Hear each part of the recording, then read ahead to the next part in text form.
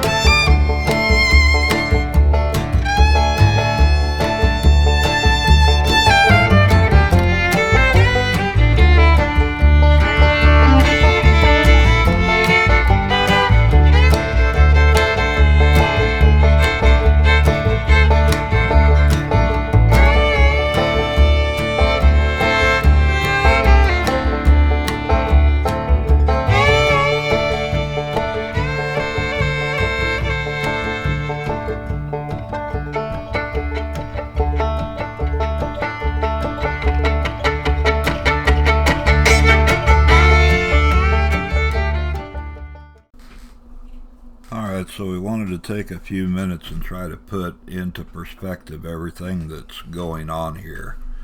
And bear in mind, when we brought all of this equipment out to the woods, we were just hopeful that we might catch just a few little things. Never in our wildest dreams did we think that it would end up being the way that it is. And we've evaluated it for some days to try to figure it all out ourselves. Yeah, this was recorded, 10 days ago from the time that we're posting this. And I've sat and listened to it and tried to, say, well, is it this, is it that? These are EVPs that are coming through the equipment. And we did change equipment, if you remember. He notated that we were using a different camera. In the video, we'll tell you that we went back to some of our original camcorders and microphones because in the early days it seemed like we were catching a lot more EVP activity through those older pieces of equipment. So anyway, with our human ear, we're not hearing any of this going on. No. I think a couple of times I just caught like a brief whisper, and I asked her at the end of the video, toward the end of the video, did you hear something or hear that? But it's the equipment that is picking up all of these sounds, the breathing, the crunching, the mumbling and whispering to each other. But pretty much ascertained that we've got several of the young ones around the tuning forks and up around that setup that we left in the woods, but we believe that it is Junior and one of the others that are essentially walking with us through the woods as we're recording the main video.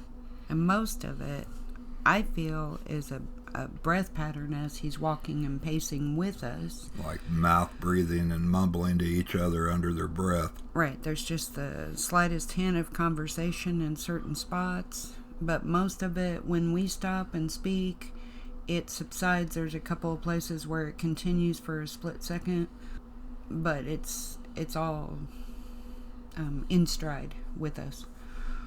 Now the microphone system that we're using, they're wireless microphones, and the receiver plugs into the camcorder. And you can see in the portion of video where we're doing the experiment with the dowsing rods, the microphones are clipped onto our chest. We're wearing soft clothing. I've got on a cotton t-shirt, blue jean shorts, and tennis shoes. Nothing rattling in my pockets. I don't have anything else with me other than the camcorder and the microphone that's on me. Same way with her. She's got the microphone on her chest. She's got a little plastic bag that's got the dowsing rods in it, and that's all we have with us as we're walking through the woods. And I kept listening to hear if I could hear them clanking, and I did not. So that leads us to where the tuning forks are. There's consistent activity right there, and we noticed toward the very end, if you watch the phone screen that's playing the white noise right underneath the EMF detector, there's something illuminating in that screen, like faces or eyes, shapes or something. So we would love to get your feedback on that and see what you feel, what you see. But we counted at least 5 energies that were consistently around the tuning forks. So we have that, and then we have whatever's trailing us through the woods, and it's just a whole thing we absolutely did not expect to get in the middle of the day, no less. Yeah, usually you would think, well, nighttime would be the prime time for something like that, but it makes no difference with these guys. When they're present, they're present. Yeah. But all around the tuning forks, you can hear crunching, you can hear the breathing, you can hear what sounds like muffled mumbling, you can hear small pop, small electronic, like just these bizarre noises coming through. The microphones that we have are voice activated, that we are wearing on us, and when we speak, of course, they turn on, or when something is uttering or making a noise, it's picking up something, they turn on, so that goes in and out. But the receiver is right there in my hands, attached to the camera, and a lot of that, I feel like the reason my microphone sounded like it was so muted or kind of like underwater was because it was getting jammed or blocked by their EVP noises coming through the receiver on the camera. Well, and at one point when we were working with the dowsing rods, Junior mentioned interference. So I think he is often cognizant of when he's creating certain amounts of interference. Well, you never know if something's going to work until you give it a try. And we are definitely going to give it a try, and I believe that something is working. Jonas / Junior has been very present since we showed up, and he is very excited about these tuning forks. He loves the white noise. Don't know if we'll get EVP stuff, but he's very excited. All right, so brace yourselves and dig into your favorite bowl of popcorn, because we're going to try and experiment with frequencies, EMF. And I'm going to ask him to show us what they respond to, because earlier it seemed like when I was just playing with him, he asked me what they were. I explained they were tuning forks. I started on the far right as you're looking at it, and I got up to I need to look. If it was one of these two, it was G in the note of G. And he went nuts. So the first ones he didn't like so well. I thought I could do it again and see if it elicits another response. We're getting way ahead of ourselves here. Okay. I'm just excited. Now, let me explain this mess that we've got going on here. I'm really excited about this. I can't help it. I don't know if I'm feeling JR's excitement or what. All right, so I had this idea in the back of my head. We had talked about a theremin device, months and months ago. A good one is really, kind of expensive. So what do I have on hand that might do something similar to that? I have these tuning forks. And my thought was if there is a certain frequency, a vibrational frequency that is coming in, it might actually, sound off a low vibration on different tuning forks. We have the white noise playing through the phone, the EMF detector up above it. I've got a voice recorder going on down here. And I need to turn that on. Alright, so it's on, it's recording. White noise is playing, the EMF detector is on. The tuning forks are what they are. You might hear a low vibrational frequency coming from that. You got the camera in the background that's going to record all this, but right now we're going to walk away, so we're not interfering with any ambient sounds that might come through, any electronic voice phenomena that might come through the microphone. We're inviting all the big hairy guys to step around if they want to. Any of the forest spirits, the elementals, any of that, now's your chance. Yeah, if you have something to communicate, we will welcome it. Did you want me to hit any of these for him? Just kind of finger flick one for a second. I'll try. I don't know how strong my finger flicking is.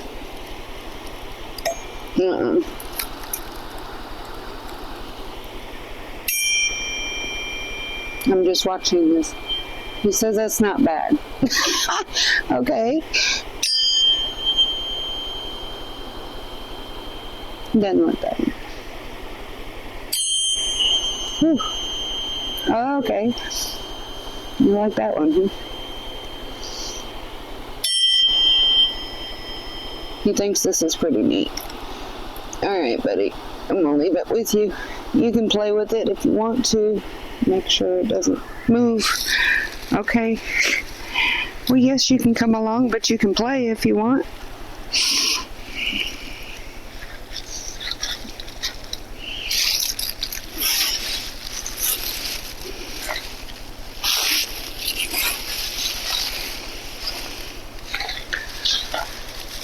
Okay.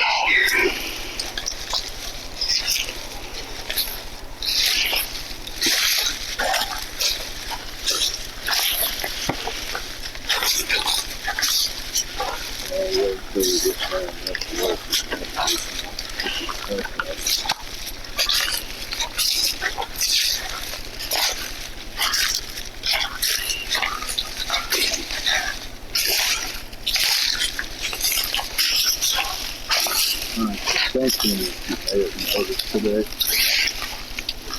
looking at the video quality, it might look a little different than what you've been used to in the past several months, and there's a reason for that. I dug around in the boxes and we went old school electronics today with the cameras. I've got the first two original camcorders that we ever used out here in the woods. For whatever reason, whether it's a pixel difference or, I don't know what it is, honestly. But for whatever reason, it seemed that these original cameras just did a fantastic job of picking up energies that were moving around through the woods. So I dug these out today, and we're going to try those again today and see if it makes any difference if there's anything. Remember, this was back in like 1990 to 2000 era when it first became commonplace to see little digital cameras. You know, everybody started getting digital cameras. Of course, we were broke. Babies were little. We didn't have a lot of entertainment, and one of the crazy things that we did do was go out to cemeteries at nighttime and try to do spirit photography and capture orbs and things like that. And those early digital cameras with the lower pixels seemed to do a fantastic job, just like the old Polaroid cameras. We've seen a lot of impressions on Polaroid.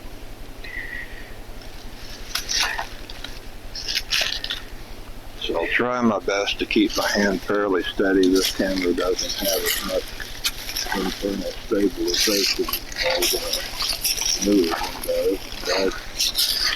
But yeah, you just gotta walk slow and go with it. Yes.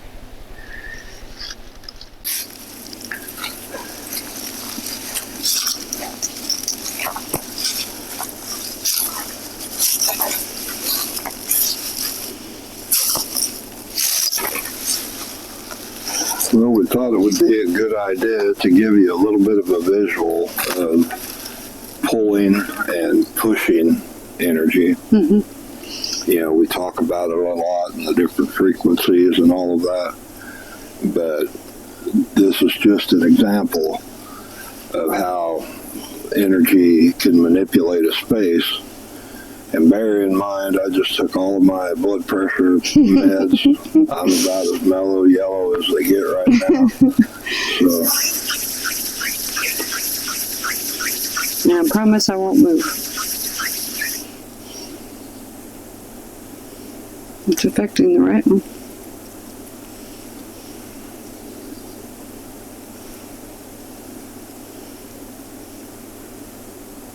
Being stubborn. Time out. It may be me. I'm just going to close my eyes. Oh, that's interesting. I said I was going to close my eyes, but so I said open them. That left one just does. That one's just going right along with. All right, so Junior said interference. Interference. So, being an empath, I naturally pull a lot of energy. It's part of how I work in healing matters and things, so that I can pull it and then release it and transmute it. It's following your hands now. So, I don't know if y'all can see. Let me see if I can bring it around.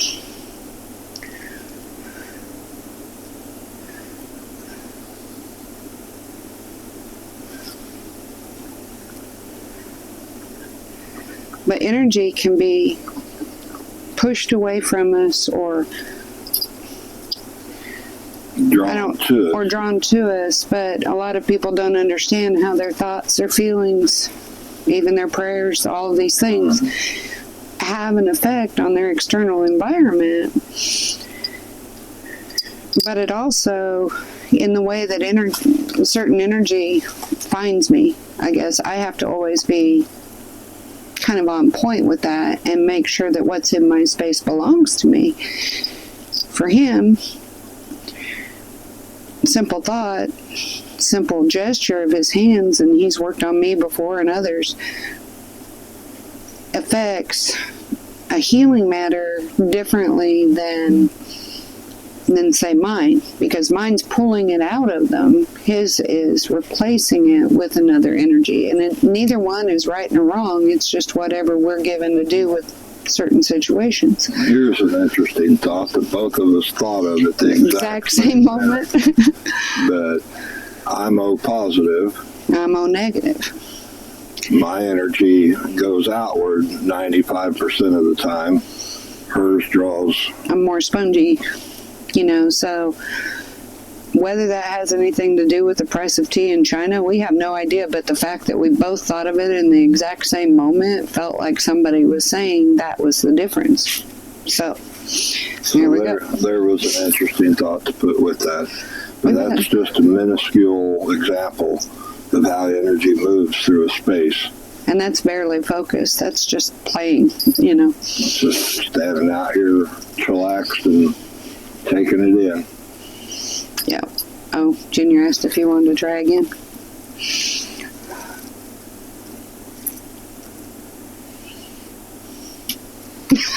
There you go.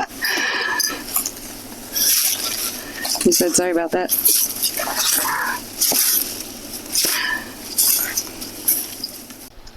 Yeah, this original equipment, we caught a lot of EVPs. We caught a lot of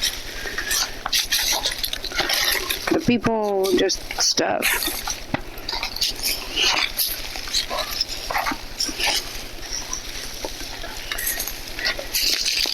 Now we're kind of in that between the mound area and the second gifting tree area. This is the realm of the elementals back. Yes, we always tread lightly and make sure we're not being invasive. Some people think it's funny. It's not funny. If they get upset, it is not funny. No, they can be extremely mischievous when they want to be. Sometimes a little dangerous if they have to be. Yeah.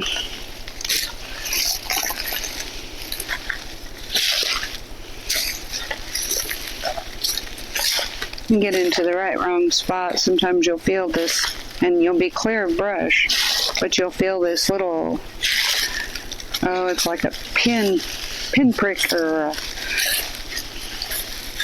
sharp, prick on your ankle, or sometimes a nudge on the back of your leg. Yeah. These guys kind of know us, so trusting.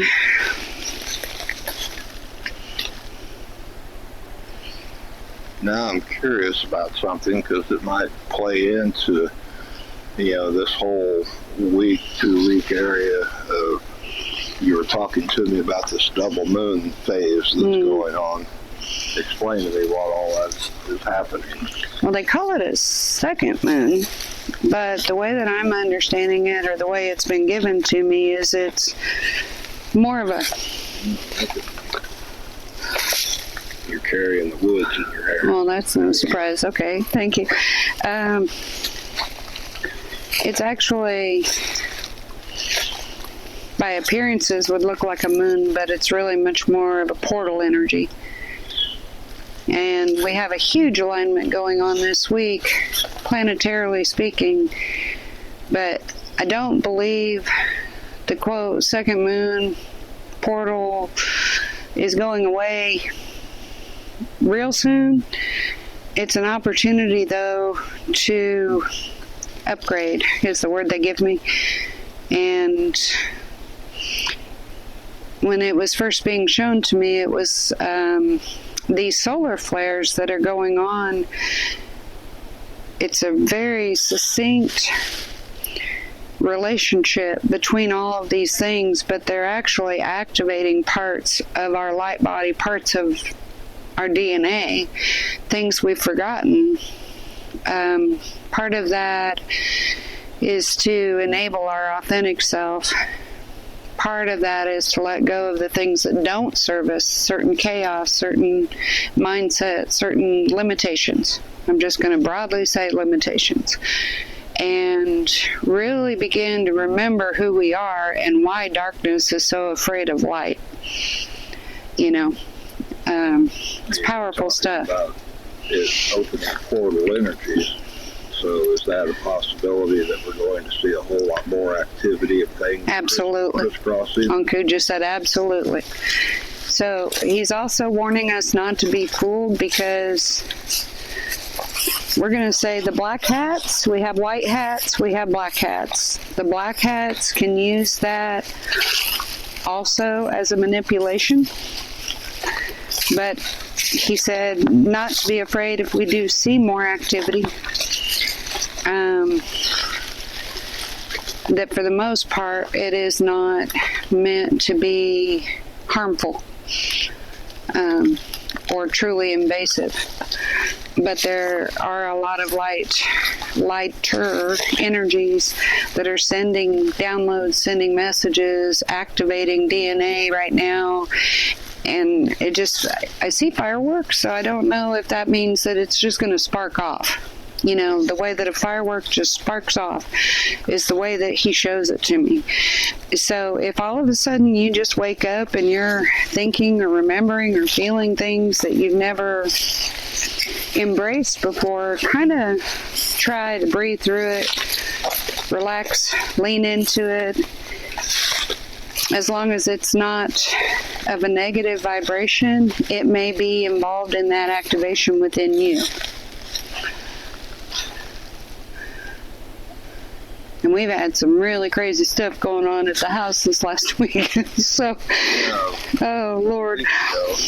I'm sitting in the recliner watching TV, and she's on the phone with somebody, and we've got a room where the computer and all that stuff is at. The door was closed, but there's like a 1.5-inch gap under it.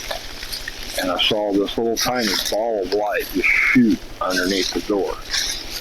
And 15 seconds later, a dim light came on for about 15 seconds and then went out. I couldn't figure out what it was, and I had told her about it afterward when she got off the phone, but we never saw anything obvious. And I couldn't confirm or deny it because I just wasn't present for it. I was in the next room. 2 nights ago, I'm in the recliner again. This time the door to that room is open, and she's standing on the other side of him. On the other side of me. And this same ball of light energy shoots like it's coming through the big front window. Shoots across the living room, goes into that room, and then 20, 30 seconds later, the room lights up again. So I get up and I walk into the room, and up on top of a little shelf, we have some lights that are for the camcorders for nighttime out in the woods. I haven't even charged them. I haven't had my hands on them. Haven't touched them since long before, I had all this chest trouble going on and stuff. They've just been laying on that shelf. The light's on, and it's flickering and flashing like it's almost on, not quite on, but it's on. And as I'm standing there, I see what looked like simultaneously from a different angle. I'm seeing what looks like little white comets. The way that the energy moved, it was a ball, but it trailed into that room, and there wasn't just one, there were 2. And he says, because when they got into the room, it kind of also had that same, what was the word we used for it, where it lit up for a minute in the room before the light went on, before the little camera light. It kind of burst into the room, the light. Yeah, it was just like a little small firework going off. But not long lasting. And I saw that whole thing, so I was like, okay. I went out on the front porch to try to get my bearings and figure out who it was. And I felt like Anku said, I have to take accountability. And I said, okay. And who else was with you? And I heard him say, Sobey. And I'm like, all right. Anything going on? Everybody all right? Checking on Ken. And then he said, message. Just the word message. Do not forget the, not your, but the light. So I feel like and I thought it was ironic that they chose that camera light in case we didn't communicate about it. I don't know. But it's very important that we all remember the light. And that has a totally much more encompassing inference than your light. Your light is very important. The light includes us all. What'd you call it, Ken? The absolute? The absolute. So as things begin to look this way or that way, I think it's important that we stay focused on what's right, what's good, what's holy. He says, what's holy? We've almost made it to the mound. So. Yeah. And we've been busy talking, but keep your eyes out for anything that kind of skitters around through this area is notorious for energies flying through. And back there on the setup where the tuning forks and all of that are, I've got that white noise playing. And we had talked briefly about that in the last video, that I suspected that white noise aids as a conductor for like the electronic voice phenomena to come through, different things to be able to present themselves easier. So that's why we have the white noise playing in the background. Of course, as soon as we took those tuning forks out and turned the EMF meter on, the EMF meter started going nuts. This will probably end up being a little bit longer of a video because I'm going to play through what the camera back at the tuning forks are picking up while we're out here walking around to see if there's any kind of voice phenomena, any kind of activity around that camera. We'll find out as time goes on.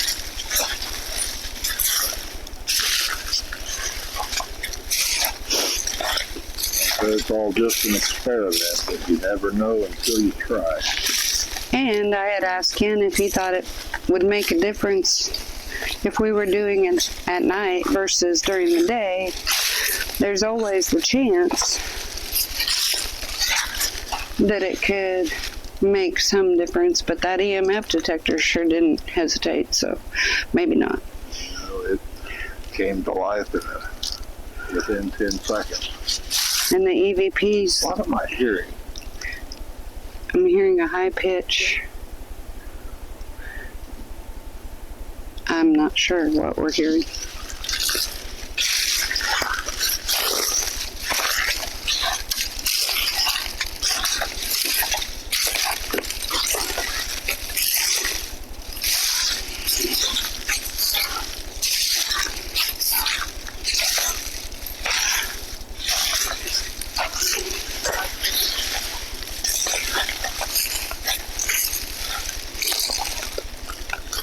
Going to take a moment and kind of pan the area. A lot of you that are watching on actual TVs instead of a computer monitor have a better ability to see if there's any kind of anomalies than what we do through the camera monitor or even the computer monitor when I get it home and upload it.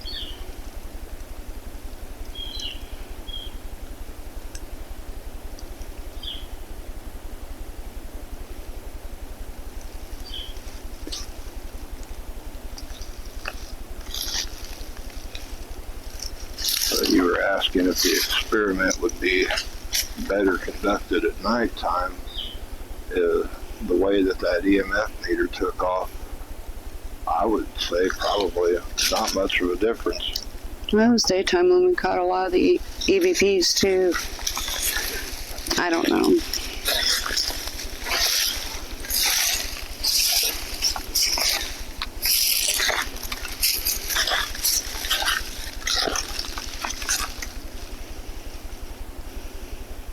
That microphone that's hooked up to the voice recorder is a battery-powered one, so it is a little bit stronger than what we're actually, using on this camera. You'll catch a lot of background noise, a little bit of stuff off the distant highway and maybe an airplane or whatever flying over. So we're going to try to sort through all of that and see if we can pick out any kind of communication, any kind of sounds, Up here straight in front of me, I'm trying to see what I'm seeing by that small cluster of trees. It's going to be straight in front of me.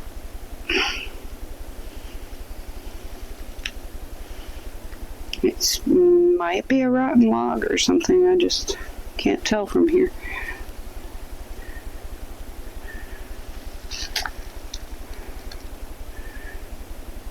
I thought for a minute I saw it move. Is what caught my eye.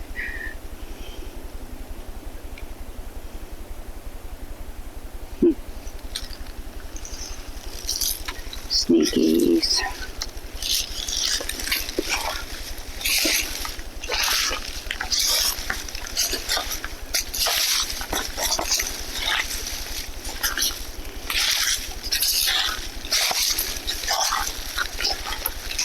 How long has it been time-wise since we've been back here to Sobay's area? Oh, to Sobay's log?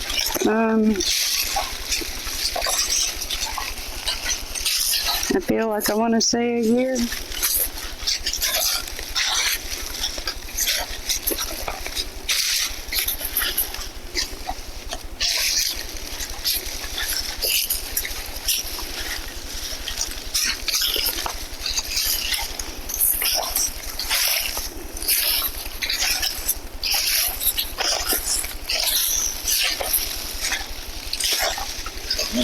We're up on top of it. Well, his log is still there. The log that we used to have the rocks on that we would clack, that log is completely gone. What's going on with it? That's a good question. Burn? Well, it looks like, I don't know, did lightning hit that?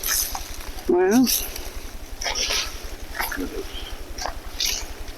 The log is burnt. There's a chunk laying off to the side, but the ground's not burnt around it, so it had to have burned while it was up. and there's this. It's got black on it, but you see? Huh. But it's not burned on the inside. Okay. Lightning must have hit that. I'm just trying to see where it came from. I don't know.